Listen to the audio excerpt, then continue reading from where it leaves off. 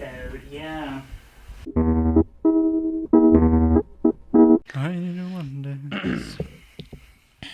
So, I was going to ask the age-old question. Mm-hmm. Messi or Ronaldo?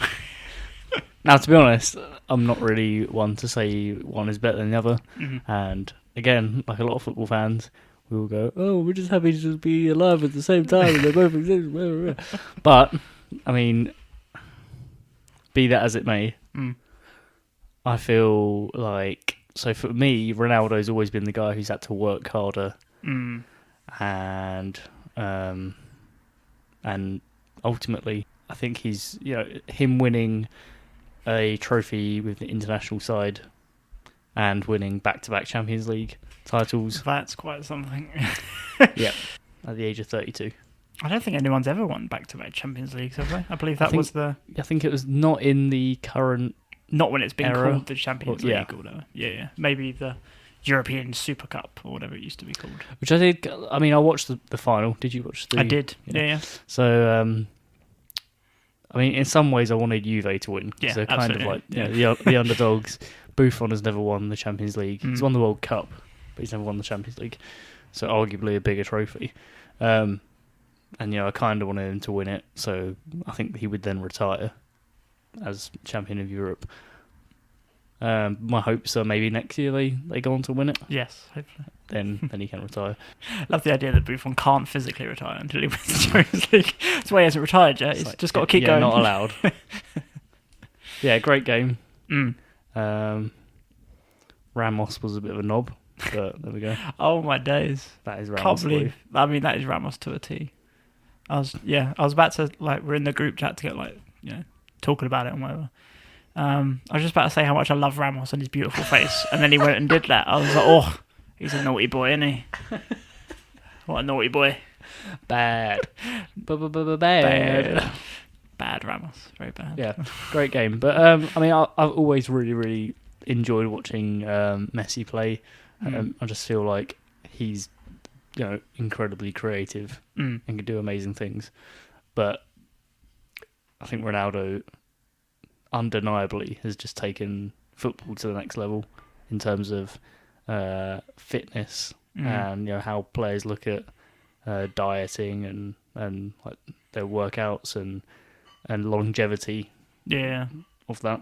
I think Messi, it sort of comes easier to Messi, I think. Or that's the impression people get, is it comes easier to him, and Ronaldo's really had to graft and work for it.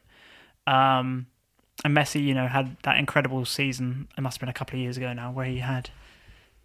Did he break 100? I can't remember these things, but they had a special card for him on FIFA, and his rating was how many goals he'd scored or something in the regular season.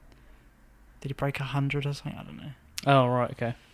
No, it might have been over a year, maybe. Yeah, in a calendar year, maybe. I think he got 86 goals, I think, which is, the most ever. But And of course, now, speaking of FIFA, Ronaldo has supplanted Messi as the cover star.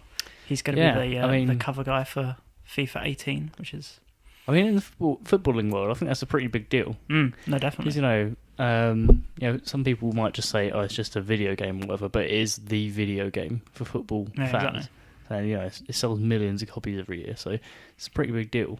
But, I mean, the thing that always amazes me about different leagues across the globe is how, Messi and Ronaldo both will get 50 goals a season sort of thing. And, in the Premier League, when you're signing a top striker, they always say, oh, they're expected to score 30 goals a season. So it really sort of shows, the difference between, the Premier League and... What they're doing. Yeah, the Spanish League. Yeah, if 20 goals in the Premier League is, your top striker, and then they're over there getting 50. There's such a gulf in quality between, those sort of players. Opposition, I'd say. Would you say it's more the players are much better over there, or would you say the players or the teams are not as consistently good? So it's easier to score against. I think the Premier League sometimes has better individual players. Not to say that any individual player is necessarily better than Messi or Ronaldo, but I just think the Spanish League plays better as a team. I think they're managed better, whereas the likes of Arsenal or Manchester City or any teams like that. They're teams of individuals, whereas I think on the continent, especially in Spain, I think they can get a lot more out of what might just be regarded as average players elsewhere, but they're greater than the sum of their parts. So I think is particularly what Spain gets right as far as football and management is concerned. I mean, I think they have a lot more invested in youth, absolutely. Academies and stuff like that. Whereas over here, it's we want quick returns, don't we? Yeah. So don't want to wait 10 years to bring a kid through from the age of like 8 or whatever up to the first team. We want results now, so they'll spend 20 million on a player who has like one good season, and just in the hopes that he'll produce something next season. Yeah. So Ronaldo is now he's won his 4th Ballon d'Or, and Messi's on 5. So do you think that he will overtake him? I can't remember how old Messi is though, but he's a couple of years younger, isn't he? He is, yeah. So I mean, do you think Messi will achieve what Ronaldo has achieved in his lifetime, or? I mean, I don't know. It's always like what more that can they achieve besides winning loads more Champions Leagues? I don't think no. Neither of them's retired from international football yet, have they? No. So I mean, I suppose you could still, if Portugal or Argentina win the World Cup, for instance, then you could potentially say that particular player is the better one because they've won the World Cup. I suppose Ronaldo has won the Euros. I mean, yeah, it might not be as big as the World Cup, but it's still a big international tournament. Whereas Messi just hasn't got near it, really. Well, he does play for Argentina. I'm just trying to see if they've won like the equivalent of. That's why they're not winning. That's why they're not winning the Euros. No, he doesn't look like he has. And do you feel that Ronaldo or Messi will ever leave their current clubs? I reckon Ronaldo is more likely, considering the fact he's played for like Sporting Lisbon, Manchester United, and Madrid, of course, Madrid. Whereas Messi's basically played in Argentina for his youth team or whatever, and then he moved to Barcelona. Yeah. He's gone Barcelona C, B, and now the main team. So I think Ronaldo's more likely to leave. I believe. I mean, there's transfer rumours every summer, but there are rumours that United have asked Madrid for his asking price. How do you quantify Ronaldo? How do you quantify that? Mate, he's on the front of FIFA 18. Exactly. That easily boosts him up another 30 million. Easy. Think of all the merchandising money. I mean, if you went back to United, that would be, I think, incredible. Yeah. I think United would make so much money off of shirts. Could you imagine? I mean, he's already loved by United fans everywhere. If you went back there, I think that would make so much money in ticket sales as well. And just trying to think, like, what if you're Madrid, what do you value that player at? I think he's easily going to break the £100 million, euros, whatever you want to use, mark. Oh yeah, he's definitely going to be the most expensive player in history. He'll probably be the first player to be the most expensive player in history twice, because he was at the time he was sold. If they sell him again, he'll be the most expensive again. I don't think anyone's done that yet. That'll be quite something. And that's the crazy thing as well, is that he's 32, so he's probably got not a lot of players go past 34. Yeah, they tend to decline after that, especially the ones, wingers especially, who rely on pace and acceleration. But that's the thing, he's keeping himself in like tip-top condition. He could still he could go on for another couple of years at the top of his game, but then you've got to think, obviously if someone's going to come in and buy him, is he going to be valuable? Out of that? Yeah. For 2 years. I don't know. Do you reckon they'd retire at the top? If Messi gets to 35, end of his contract, he'll be like, nah, that's it, I'm done. Or do you reckon he will like drop down a league or whatever, if like he drops in ability or goes to a lesser club? Or do you think he'll be one of those players like Totti, who recently retired at Roma, where he'll just be there for life? I sort of get that idea of Messi. Yeah, I think so too. As you said, he's only really been at Barcelona, so yeah, I could see him just retiring there. I could see Ronaldo go to. I couldn't see him going to China because I think he's too competitive. That. Yeah. Yeah, and it's not really about the. I mean, it is. mega is, rich, but he's going to get paid a lot of money wherever he goes. So. Yeah, I think his competitive streak probably overrides his greed necessarily. So. Maybe at PSG, but I don't know. I'd say Premier League if he's going to go anywhere. United's likely, or if it's not going to be for another couple of years, maybe he goes back to Sporting Lisbon, a slightly less competitive league, maybe when he's a bit older. Could you imagine Ronaldo playing there? Jesus. 10 goals a game. He's just like, I want to cement the rest of my career as the highest scoring player ever, and no one's going to reach it. Oh, that would be...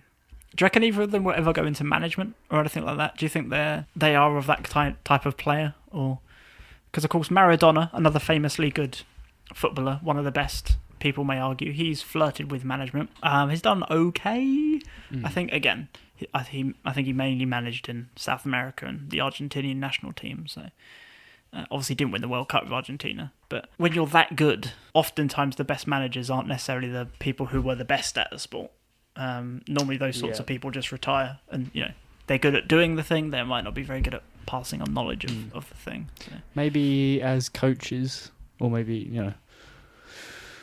it's like a more practical sort of hands-on type of coach, not a manager.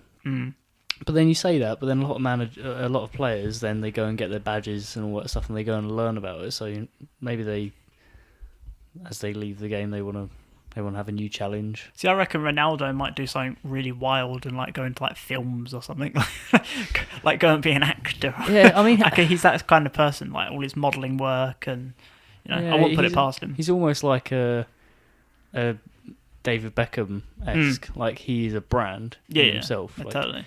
Yeah, I mean Beckham's now in movies and he's got his own. He was in that King Arthur film, whatever it was. Yeah, I could definitely see Ronaldo as like a businessman. Just does a bit of everything. Messi, I don't know as much. He's always, I don't know. He seems less, I don't know, wanting of the limelight. Like Ronaldo's quite a flashy, or like again, I get the idea. He's quite a flashy kind of person and enjoys being centre of attention. But Messi maybe less so. I don't know. But yeah. Who are we to know? Exactly. I'm not an expert. I was going to say, would you take him at Palace even if he was like 40? Yes. Every time, yes. Every time. Think of the shirt sale. Who was the recent... there was a rumour going around for someone to come at Palace. Like a player? Yeah, but I think it might have been like Defoe or someone, maybe. Yeah, we were linked with Defoe for a little bit. Could you imagine? Mate, get him in. No, he's gone to... Where's he gone? West Ham? He has moved somewhere. Has he gone to West Ham? Because I did see that. I mean, that could be a good move. How old is he now? I mean, he's not really in it for the career thing now, or to become a legend at any club. He's just doing it to play football, I think. I thought he moved. He's been linked with Newcastle United and Bournemouth and West Ham, but it doesn't look like he's actually moved anywhere yet. Newcastle would be good, I think. Because they're just coming up as well. Yeah. And Southampton are going down. Sunderland, you mean? Sunderland, my bad. Yeah, it doesn't seem like he cares much necessarily for club rivalries or... Yeah, I mean, that would be a massive middle finger, wouldn't it? Pretty brutal. Just quite likes living in the northeast. He's like, it's right up here. I want to stay in the Premier League, so... Well, the thing is that also that kid that he was... Oh, yeah. I can't remember the kid's name, but yeah. Bradley, maybe? Something like that. I mean, if he's in Newcastle, he's still in the area, so yeah. I think that could be good. I think he said to the kid or something he wasn't going to move clubs, but... Soz mate. Don't want to play in the Championship, mate. Your club's bad, mate. They're probably blowing load. They probably can't even afford to keep him, I bet, on the wages he was on. Maybe they've got an agreement where they cut his wages when they were relegated. Or if they were relegated. Fair. You and I are both very much fans of the Star Wars series of films. Oh, yeah. There are now 8 Star Wars films, if you count Rogue One. What is the optimum way to watch these films? What order should a new person watch them in? Or what order should you watch them in if you're watching them again for the first time? Because I think the presence of Rogue One really throws things. Because previously people just say, watch them in release order. New Hope, Empire Strikes Back, Return of the Jedi, Phantom Menace, Attack of the Clones. Attack of the Clones? Attack of the Clones. Yeah. And then Revenge of the Sith. And then with the release of Force Awakens, do you stay in the old universe before jumping back? Do you watch Force Awakens, last? Do you watch it first? Do you watch it after Revenge of the Sith or after, that throws it completely. And now with Rogue One technically coming between Revenge of the Sith and A New Hope, chronologically speaking, what do you reckon the best way to watch them is? Have you ever heard of the machete method? No, what's that? I will explain it to you. It's a method of watching Star Wars that people reckon gets the optimum amount of enjoyment out of it. So Amazing. what they say is, so you watch them in the following order: A New Hope, Empire Strikes Back, Attack of the Clones, Revenge of the Sith, Return of the Jedi. You miss out Phantom Menace entirely. Really? Really. God, people really do hate that film, don't People they? really do hate that film. And they say by doing that, you cut out all the midichlorian business. There's nothing that happens in Phantom Menace that isn't referenced, or nothing important that happens in Phantom Menace that isn't referenced later on. It keeps the twist of the reveal of Darth Vader, which, if you being the father by going backwards and forwards between the two timelines, it keeps that more consistent. And so by watching it that way, you follow people canonically, but then you also still get the twist. Right, so it's almost like how a TV series would be, sort of thing. You can imagine it like that. Like, yeah, so it's With a bit from and now. here's a flashback. Yeah, And yeah. now we're back in the present. Yeah. Yeah. Ah, interesting. That'd be pretty cool. I mean, the thing is that people hate Phantom Menace so much, but I mean, as a kid, that was the movie that was out when I was really young. So, I mean, let's face it, when I was that young, I just fast forwarded to Darth Maul scenes. Like, I love Darth Maul. I was just like, yeah, this is really boring. Blah blah blah. Jar Jar Binks. Blah blah blah. Yeah. I mean, that song during that fight, the Duel of the Fates, or whatever it's called. I mean, that is a top tier Star Wars banger.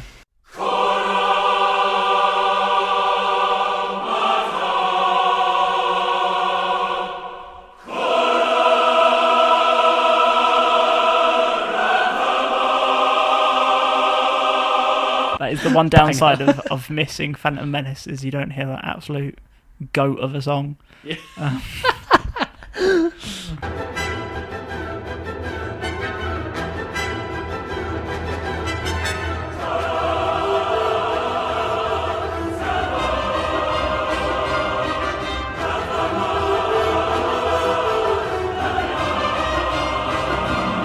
Yeah, but also skipping episode 1, you miss almost the entirety of Jar Jar Binks, because he has, although he's in episode 2 and maybe episode 3 as well, he only says like 5 lines. So, but yeah, the existence and the presence of Rogue One and Force Awakens kind of throws it completely into a loop. Yes, I mean, it depends how much or how. I think that's probably the best way to do it, to be honest. Now that you've mentioned it. But I would always go with episode 1 through. You'd watch it like chronologically. Yeah, I mean, I see the but problem then, with then that. you know The who twist. Darth Vader is. Yeah. But yeah, it's weird though, isn't it? Because I mean, if you haven't seen Star Wars by this point, you're probably aware of that. You see what I mean? Like, yeah, it's so sort of in popular culture, like that reference that you'd think people would know by now. I think maybe it just like at the time of it being released, it was a much bigger thing then than it is now. So now it would be more making it as least confusing as possible, maybe, because people were aware of it. So I'm just trying to work out how would you watch it to include Rogue One. So obviously you just stick Force Awakens on the end. That's easy enough. But the machete order starts with A New Hope. So do you watch Rogue One then A New Hope? You'd have to. Have you seen A New Hope since you've seen Rogue One? I think it adds like a different depth. Yeah. After watching that ridiculous like Darth Vader murder, spoilers, sorry, Darth Vader murdering scene at the end of Rogue One, it gives I don't know. It puts the fear in me again. When I went back to watch A That's New Hope really afterwards. good, though. I mean, I think that was, as much as the perversion of Star Wars through Disney has occurred, like, I don't agree that, like, his joke, like, don't choke on your aspirations. I thought that was just appalling. Like, I hated that so much. Sat in the cinema just going, like, this should be a cartoon, like, that someone's put on YouTube, or, like, some sort of comic, like, strip or something. Just like, did you have to do that? Like, and the fact that they put Leia in it, I mean, I don't think that was necessary. I think Tarkin, maybe. I think that was done pretty well. Yeah, I mean, Tarkin a lot of was people done. were saying that it didn't look right, but I think it looked pretty good. Yeah. My Go and dad- watch the first films. My dad wasn't even aware that like that was CG until like I told him afterwards. He was like, "Wasn't that guy dead?" I was like, "Yeah, he is." Yeah, he is. Yeah. But I think because they sort of made... that's the thing, they wanted to make it as a standalone film, but it definitely just in no way is a standalone film. No. It's a good film, but you need the entire context of Star Wars to, Yeah, to like make there's it no way work. you could watch it without it going in straight into... Because it ends on like what is essentially a cliffhanger. It's like, yeah, 20 minutes later, New Hope starts. So Yeah. So there's no way that you can't then go on to watch the other films. Which, I mean, is fine, but it's definitely not what they said it was going to be. But as you said, I mean, it definitely does do something to the character of Vader, but in a positive way. Because I think when people first watched it, maybe he was a bit more dangerous and evil sort of thing. And now, as you said, through like pop culture, it's probably made him look a bit more, I don't know. yeah, like weak. Have you ever seen those? I think it is released by Disney. Like, I think it is official, but those like, I can't remember what it's called. But it's like a cartoon series, and it's like Darth Vader as a dad for Luke and Leia, and they're going on fun, jovial things, and they're doing regular parent things, and like that just takes all the fear and menace out of Darth Vader. And I think, if you're a kid watching Star Wars for the first time now, and you watch that final scene in Rogue One, you're going to be petrified of him. Yeah. Like that is a man to fear. That's what you want out of a bad guy, I think. No, totally. But yeah, do you think if you someone who's never watched Star Wars before, and you sat them down to watch Rogue One and then the rest of the series in that machete order, I mean, do you think they get enough of the references? Is Rogue One too dissimilar from all the other films for you to be, right, this is what Star Wars is. This is your first Star Wars experience. Watch Rogue One, which is essentially a war film, but set in space. Yeah. Do you think it's you'd have to start someone with New Hope and then maybe loop back round? So once you watch Force Awakens, come back and watch Rogue One? Or maybe after Revenge of the Sith. Yeah. But then you'd have to watch Return of the Jedi after Rogue One. That wouldn't make any sense. Or do you watch... No, that doesn't make any sense. I'll say, do you watch New Hope, Rogue One, Empire Strikes Back, Attack of the Clones, Revenge of the Sith, Return of the Jedi, Force Awakens? So do you, watch A New Hope, then go back in time? How did we get those things? Then back in time further to Attack of the Clones, then forwards to Revenge of the Sith. I don't know. Or do you watch Rogue One after Revenge of the Sith? This is Darth Vader. See what he can do. Blah, blah, blah. But then is the moment lost because then you've already watched A New Hope? I don't know. Or you just watch them in release order. You could do that. Yeah, I suppose so. The simple solution. Does it also upset you that, as it currently stands, you're never going to see the end of Star Wars? Ever? Because Disney are going to make films till the end of time. Does that upset you at all? That's pretty depressing. Oh man, that's so bad. Because up until now we had this is Star Wars, these 6 films, isn't that nice? And now they're going to be filling in plot holes, filling in holes and expanding the universe, and every tiny character is probably going to get their own film, and it's just never going to end. Yeah, I mean, because they're bringing out a Han Solo movie, aren't they? They are, yes. I mean, are you excited for that, or? I've seen like literally nothing of it. It might be interesting, but I don't know. I'm more apprehensive about that than I was Rogue One. Yeah, Because Han Solo isn't a Jedi, I suppose. Like, I'd be more confident in a Yoda film, maybe. I'll watch it because it's Star Wars, and they haven't had a bad film, in my opinion, yet. So there's no reason not to trust them. But I've got way more faith in The Last Jedi than I do a Han Solo film. yeah. I think because Rogue One is more about a story, that's something. Then it's more appropriate to the Star Wars universe. I think. I don't know. I think taking away that whole, where people can draw their own conclusions about characters. I think having a bit more of a mystery about some people, I think, is quite important. I mean, if you just, as you said, make a movie for every character. Yeah, because up until now, you've made up in your head, if you haven't read the books or whatever, like, where does Han Solo come from? Like, what's he like? Well, how did he get into this sort of situation? Whereas now we're going to get, like, this is exactly what happened.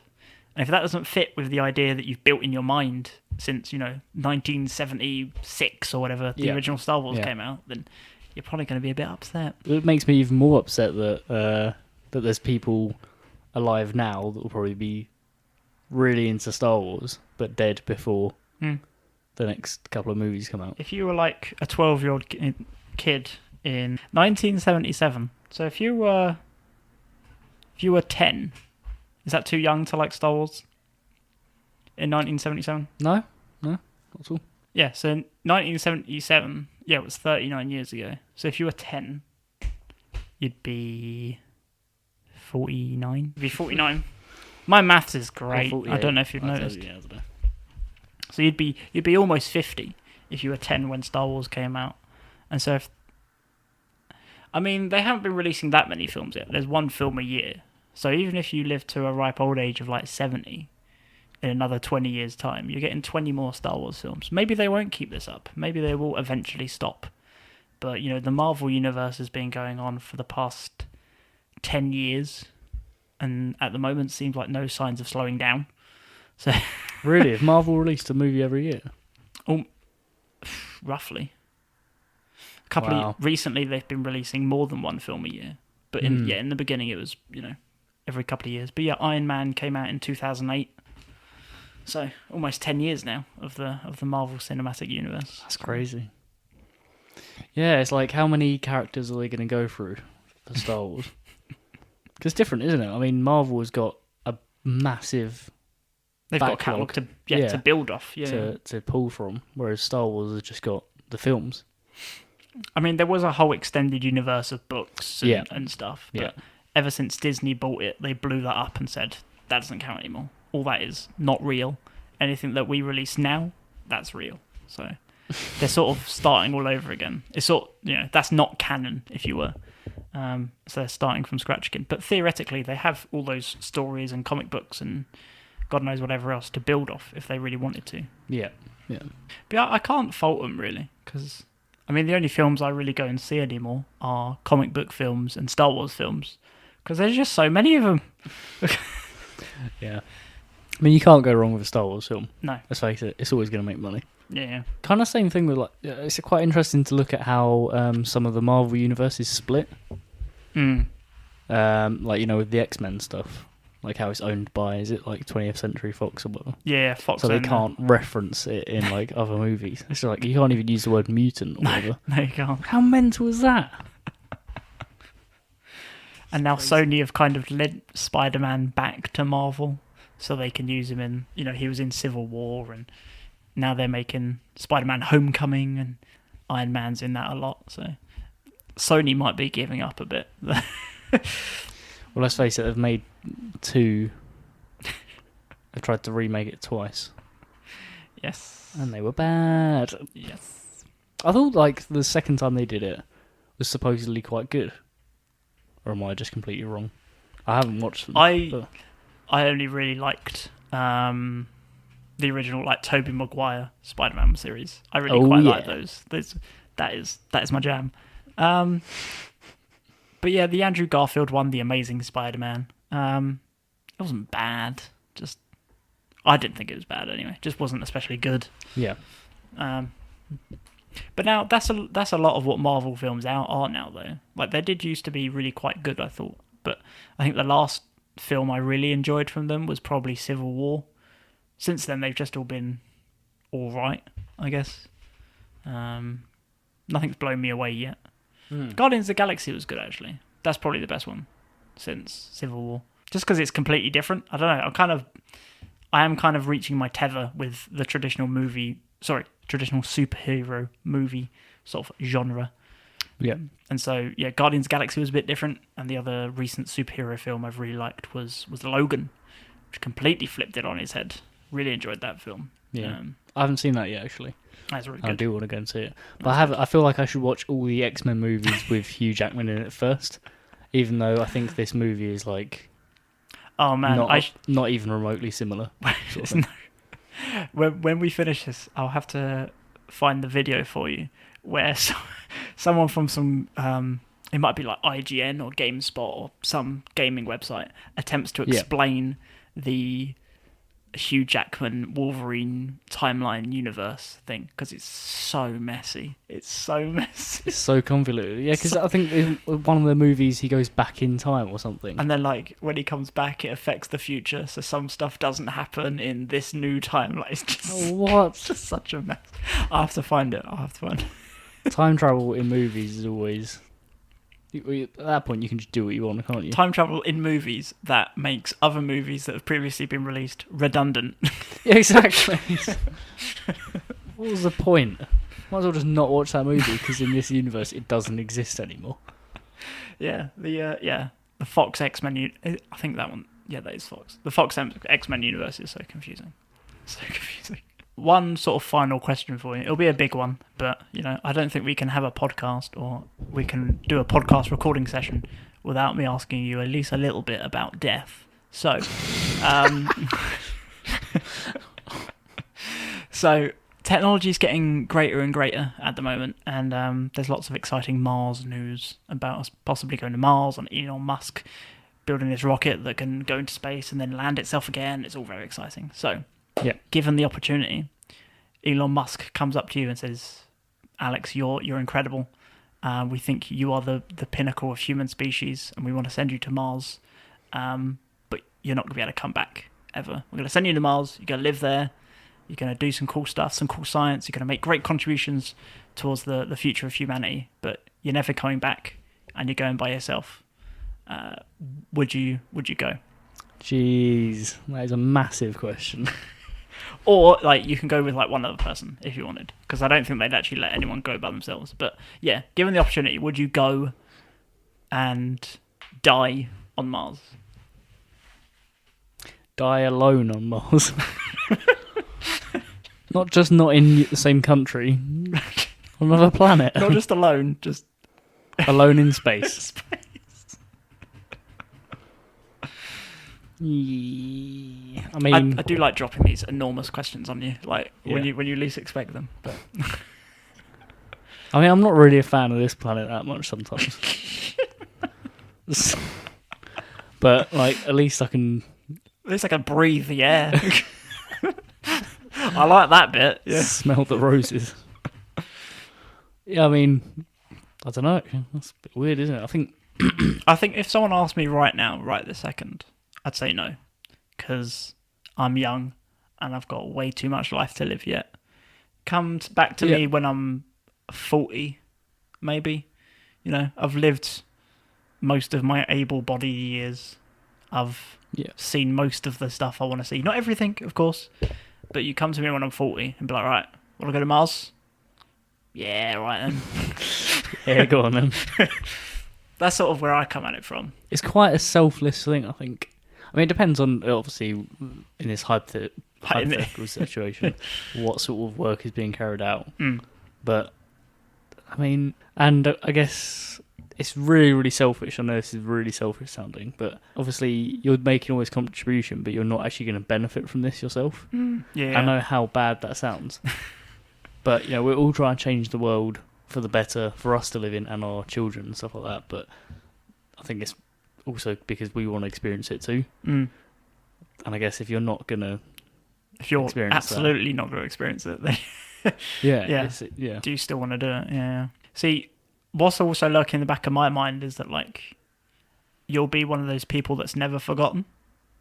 If you're the first yeah, person to go to Mars and like you make all these great contributions, like people are going to be thankful maybe forever. They're going to appreciate yeah. the work you do. You might be spoken about in Martian schools as a pioneer, and you know, a part of my egotistical brain really likes that idea. Yeah. That like I'll be one of the most important humans ever, and like you were talking all about how selfless it is for you Yeah. to go to space, but here I am thinking of my own self-worth. Mm.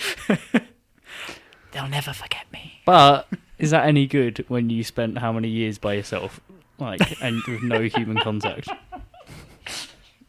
So yeah, he was great. He did a lot for us. But He if was you tried great. to have a conversation with him, he probably wouldn't be able to talk to you because he was mental. Yeah, so all well and good people say nice things after you're dead, but you're Exactly, dead and you're yeah. not here there to hear them. Yeah, it's like that saying, isn't it? Like you die twice. You Mm. die in real life, like when you actually pass away, and then the last time someone actually says your name or thinks about you, that's the second time you die, which is really depressing. For most people, they'll probably be dead in like a lifetime or two, maybe. Yeah. Because although you might know the names of your great-great-grandparents, you're probably not thinking about them on a daily basis. Mm. And no one you know probably came into contact with them. So for most people, they'll be properly gone in a couple of generations. But, Yeah. People like Shakespeare or the first man on Mars, probably going to be remembered for as long as there's, humans around. Abraham Lincoln, Mm. people like that. It's always going to be taught in history lessons. Yeah, exactly. So, would you die on Mars? I'm going to say no. Oh. I'm going to say no. Oh. I know, it's very selfish. I know. Quite like this living lark. Yeah, exactly. Yeah. Quite like having my own house and that stuff. Well, not my own house, but... Quite like Earth, I think you definitely become sort of conditioned to, like... just another planet just takes it completely out of context. Sort of like, you just like thinking about it, my brain can barely understand. Not in like a dumb sort of way, as in more of a, like, what would you do? And, you try and build up your life and try and have a direction or something. But when that's all taken away because you're in a completely different situation, like, that's just crazy, isn't it? Your sole purpose would then be for information or research. No hobbies. Your hobby is staying alive. Yeah, exactly. There you go. Oh, you busy? Yeah, I don't know. I watched The Martian again the other day, All which is a right. really, really good film. And a really, really good book, if you haven't read it. Hmm. It's a very funny book. I was just like, yeah, could I hack it on Mars? Probably not. Probably die if I was in that situation. Probably die. The world needs more peace and love in these trying times. We've not mentioned some horrific things that have happened because the world's full of sadness. So, do you have any advice for people or anything they can do to try and boost the happiness in the world before we depart? I'd say, particularly if you're in certain areas, then if you care about some of these things that are happening, try and get involved. Because really, at the end of the day, going out and talking to people is always, or it always has been, and it always will be the best way for communities to get together. Social media is fantastic, and I really witnessed that throughout the election. And there's so many people getting together on various platforms to talk about things, which is great. But it seems to me that communities are still really, really strong across the UK, and it's great to see that in times like these. And they really do have the power to change stuff. So, get involved if you're in those sort of areas, and always look for, don't always just take the information how it always is, and go out there and actually talk to the actual people that are involved. Because reading it on a piece of paper, for me, I've got no purchase on an event, or even reading it on a media site, or even a media source that I trust. It's not anything near watching an interview or meeting someone that has experienced it firsthand. Good advice. Get out there. Go out there, talk to people, have these conversations with people. I found that just talking to people has surprised me in terms of like, you know, some people that I would think would have a certain view, they end up being closer to my opinion, stuff like that. So yeah, just get out there and talk to people. Spread the love. Spread the love. Be the change you want to see in the world. People are always more complex than you make them out to be, and you can only ever really see that complexity in the flesh. I'm taking those words to heart. I want to go out there and I want to be part of my local community and broader communities more now. So I'm looking for opportunities to go to big community meetups and, you know, just be happy and not, you know, I don't know, not closed off in your little area. Exactly. Yeah. So, you know, it's definitely how we will live our lives. Is we're trying to get somewhere, and, you know, we don't really care about other people around there. Yeah, because head down, focused on a goal. They're not going to help. You know, we're always seeing people as tools to get somewhere. And it's like, well, you know, it'd be great if I knew all my neighbours. And like, you know, there's a strength to that. You know, if there's robberies going down, you know, if your house gets robbed now, or if my house got robbed or someone across the street, you know, we're not all really in a position to go around that person's house and help them out and stuff like that. I mean, we could be potentially, but none of us know each other down this street, sort of thing. Words to live by. Thank you very much. It's been a good one. Thanks for listening. Yeah. Subscribe to the YouTube channel. Yeah. Polaris Podcast. Like us, rate us, favourite us. Visit the website polarispodcast.com. Tell your friends. If you had any feedback, got anything you want us to talk about, you can tweet us at polarispod, or you can email us at polarispodcast@gmail.com. Alex Baker, we always ask you, do you have a Twitter account by now? No, he doesn't. Every podcast, I'll make one, I swear. I will. I'll make it. Have you made one? No. Did I actually tweet anything during this general election? I'll check. Shall I check your... I think I still follow you on Twitter. I don't think you did. I'm disappointed. No, I don't think I did. An entire election went past. I think you check-in will be in vain, to be completely honest. Last tweet, 1st of November 16. Good work. 10 out of 10. Nice. Yeah. Oh, well. Maybe next time. You can follow him on Instagram in the meantime. Yep. And you can follow Stephen Lehman, who is a lot more active on Twitter, at Nevitz Lehman. It's just Nevitz Le now. Got to get those short names more easily searchable. More helps the brand. Hashtag brand. Hashtag brand. Hashtag marketing. I'm so bad at tweeting. I don't tweet enough. Like, I never tweet from the Polaris account. I need to do that. Got to engage. Got to reach out. I feel like sometimes Twitter is so overwhelming. There could be so much going on. It's just what mental. do I say? Yeah. But there we go. Give us a follow. Give us a like. All that good stuff. Say hi. That'd be nice, yeah. Let's form communities. Wouldn't that be nice? Yeah. Friendship. Human interaction. Oh my god. Yeah. Well, yeah, thanks for listening. Cheers. Bye. Would you die on Mars?